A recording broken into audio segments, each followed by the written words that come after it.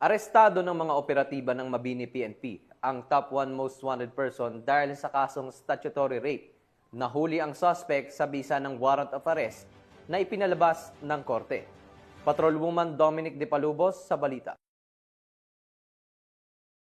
Arestado ng mga otoridad ang top 1 most wanted person municipal level matapos arestuhin kasunod ng paghain ng warrant of arrest sa kasong statutory rape na may 10 counts sa Purok 4 Bulawan, Mabini, Bohol nito lamang nakaraan. Kinilala ni Police Lieutenant Joseph Marlon A. Macalos, officer in charge ng Mabini Municipal Police Station, Bohol Police Provincial Office, ang suspect na si alias Osoy, 67 anyos at residente ng nabanggit na lugar. Ang suspect ay may outstanding arrest warrant sa kasong statutory rape na may 10 counts na inisyo ni Honorable Panfeloy Sala Jr., Acting Presiding Judge ng Regional Trial Court 7, Branch 51, Carmen, Bohol, noong 13 ng Agosto taong kasalukuyan na walang rekomendadong piyansa. Ipinaalam na sa kinauukulang korte ang pagkakaaresto ng suspect at ito'y pansamantalang nakadetine sa nasabing tanggapan habang hinihintay ang commitment order.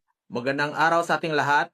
Ating ipagbigay alam sa publiko na meron tayong naaresto na most wanted person, top 1 municipal level, sa kasong statutory rape 10 counts, with no bail recommended.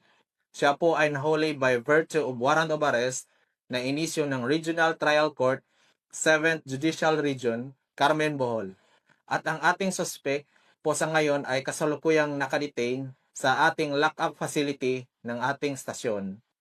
Ini-encourage ko po ang lahat lalo na sa ating komunidad na may alam sa mga kasong tulad po nito or sa mga impormasyon sa mga wanted person na ipagbigay alam po sa ating opisina at maaari po kayong tumawag po sa ating hotline number sa stasyon or tumawag sa ating 911, ang ating National Emergency Hotline, para po sa agarang aksyon. Sa pamamagitan ng determinasyon ng mga kapulisan, mas papaigtingin pa nila ang kanilang pagganap ng tungkulin upang mapanagot ang mga tiwaling individual at mas siguro ang seguridad ng mamamayan tungo sa isang mapayapang bagong Pilipinas.